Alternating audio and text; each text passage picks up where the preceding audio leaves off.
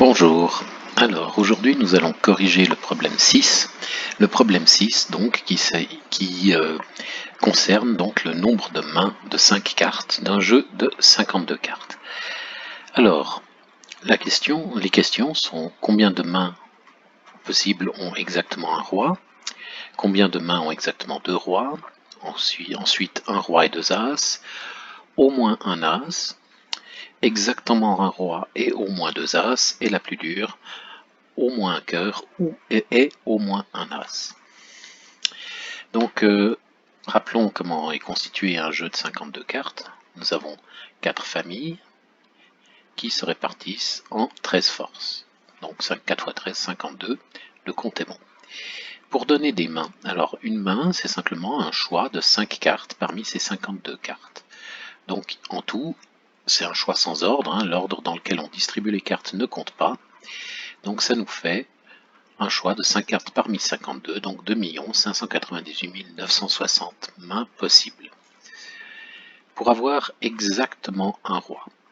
Pour avoir exactement un roi, on va tricher, on va se mettre dans la position d'un donneur qui triche et qui sait exactement ce qu'il va donner au joueur.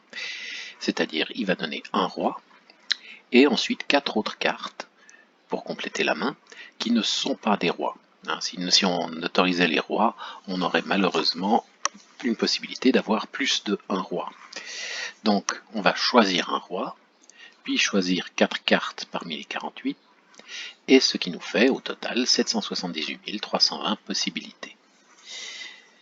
Pour avoir, c'est un nombre assez grand quand on regarde, donc il ne faut pas s'étonner d'avoir un roi si on distribue des mains.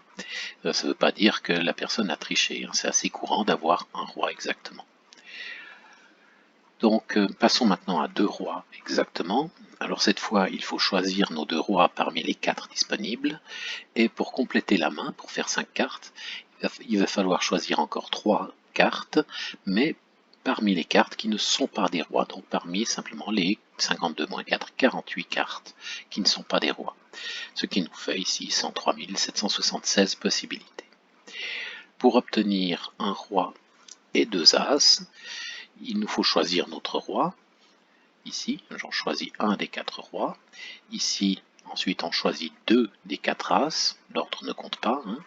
Et il faut compléter la main par encore 2 cartes qui ne sont ni des as ni des rois, c'est-à-dire parmi 44 cartes. Ce qui nous fait 22 704 possibilités. Pour avoir au moins un as, alors la réponse est un peu plus compliquée, mais il y a 2 façons de faire, de façon simple. Une première, c'est de dire, je ne pense pas que ce soit la méthode qui est la plus couramment utilisée, mais c'est la plus courte. Une façon, c'est de dire, c'est le contraire, avoir au moins un as, c'est le contraire d'en avoir aucun. Donc, si on compte le nombre de mains qui n'ont aucun as, ça consiste à choisir 5 cartes parmi les 48 qui ne sont pas des as. Donc ça, c'est aucun as. Maintenant, si on prend toutes les mains, quelles qu'elles soient, et qu'on supprime dans ces mains toutes celles qui n'ont aucun as, on obtient la réponse 886 656 possibilités. Alors il y a une autre méthode qui est plus longue, qui dit au moins un as, ça veut dire un as, ou deux as, ou trois as, ou quatre as, et puis on ne peut pas aller au-delà puisqu'il n'y a que 4 as à disposition. Donc exactement un as, on choisit notre as et 4 cartes parmi les cartes qui ne sont pas des as, donc c'est 48-4. On choisit exactement 2 as, on choisit 2 as et 3 cartes parmi les 48 autres. On choisit exactement 3 as, on choisit nos 3 as et 2 cartes. Exactement 4 as, on choisit nos 4 as, non, ça fera une seule possibilité bien sûr, et une des 48 cartes restantes qui ne sont pas des as. Au total, ça nous donne exactement le même nombre, 886 656 possibilités.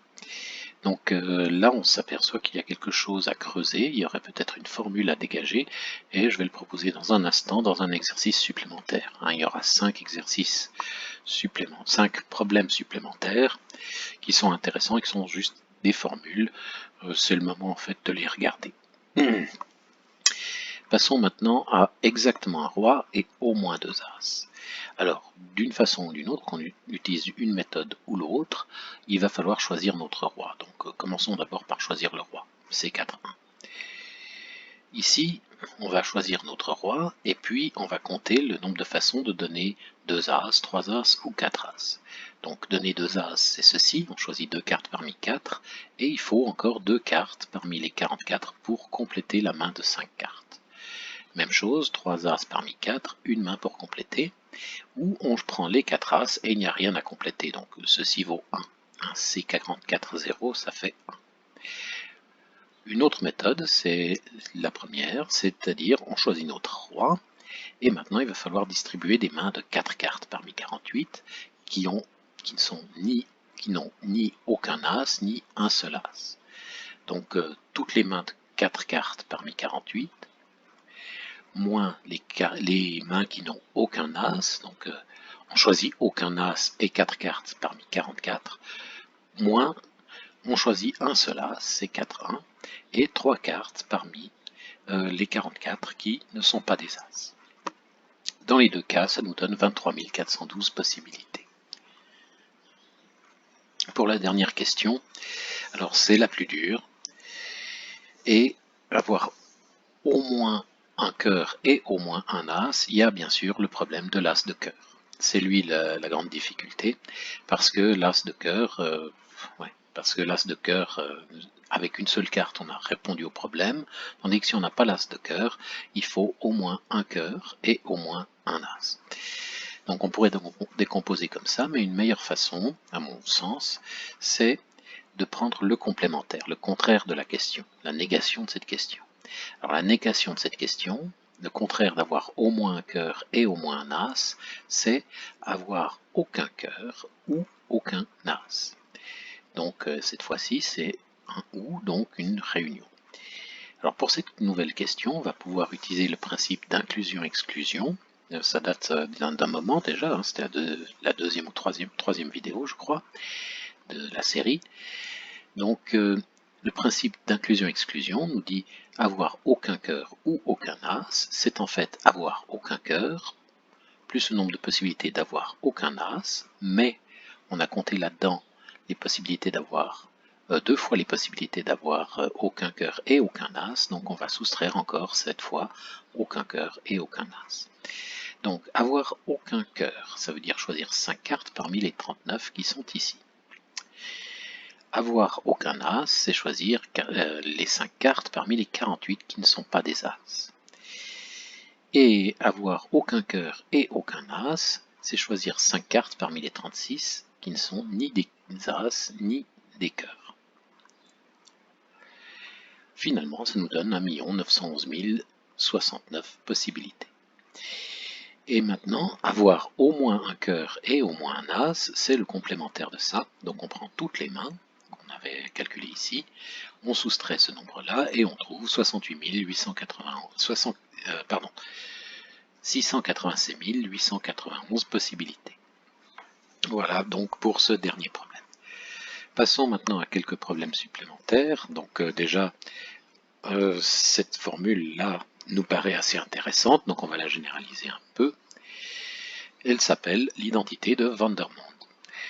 Et l'identité de Vandermonde, donc c'est exactement, excusez-moi, c'est exactement donc ce qu'on avait fait pour pour au moins un as, etc. Donc il s'agit simplement de cette identité-là si on la traduit.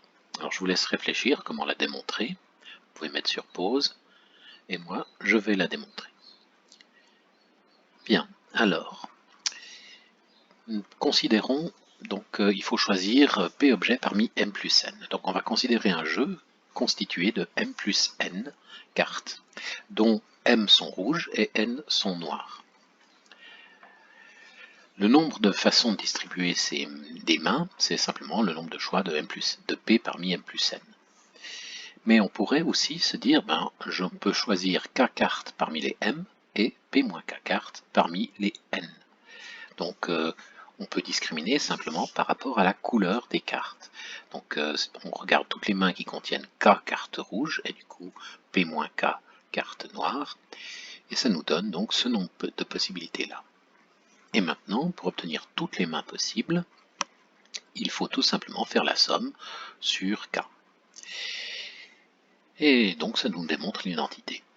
Alors, un deuxième problème, qui est simplement une généralisation du précédent, c'est cette identité-là, généralisation de l'identité de Vandermonde. Je vous laisse mettre sur pause et réfléchir, vous pouvez faire exactement le même raisonnement. Bien, puisque vous avez fait exactement le même raisonnement, on va pouvoir le faire un peu différemment.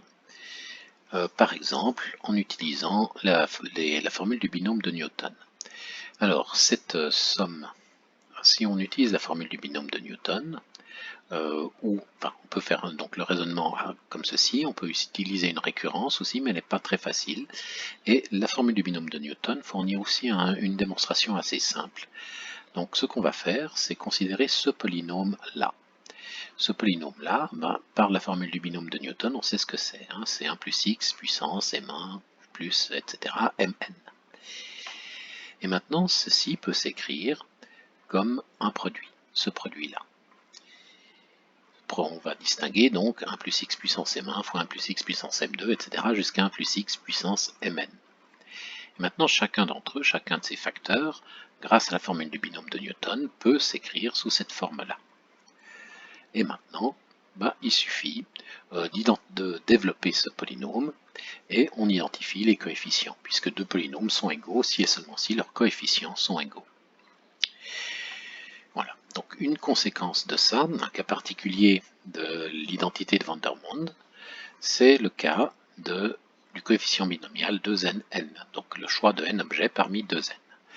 Et par la formule de Vandermonde, c'est la somme sur tous les p de 0 à n du n binomial p fois n binomial n-p. Et on connaît la symétrie, ça c'est aussi n binomial p en fait, donc ça nous donne cette somme-là, somme de p égale 0 jusqu'à n, de n binomial p, le tout au carré, de termes au carré. Donc c'est une jolie identité, donc 2nn est en fait une somme de ces carrés là, c'est une somme de carrés de nombres triangulaires. Troisième problème supplémentaire que je vous laisse démontrer. Alors, ce problème peut s'attaquer par calcul direct, mais il y a une autre démonstration qui est assez jolie aussi. Par calcul direct, cette chose est très simple à faire, c'est pas un problème, mais regardons une autre démonstration qui est plus combinatoire, disons. On va considérer l'ensemble de toutes les paires de sous-ensembles de 1 à m. Donc on prend l'ensemble des entiers de 1 à m, on regarde les sous-ensembles de ceci, les parties, et on va regarder tous ces paires de parties. Parmi ces paires de parties, on va distinguer deux familles. La famille où les deux parties sont disjointes au sein du couple, et il y a p éléments pour le premier élément du couple, et n-p dans le second. Une autre, donc là on a deux sous-ensembles qui sont disjoints, il y en a un qui a p éléments, l'autre qui en a n-p. Une autre famille, c'est les couples CD, où C est un sous-ensemble de D, C contient p éléments et D en contient n. Donc c'est l'ensemble de toutes les couples de parties qui sont contenues l'une dans l'autre. La première en a p, la seconde en a n. Et on s'aperçoit simplement qu'entre ces deux familles de parties, il y a une bijection.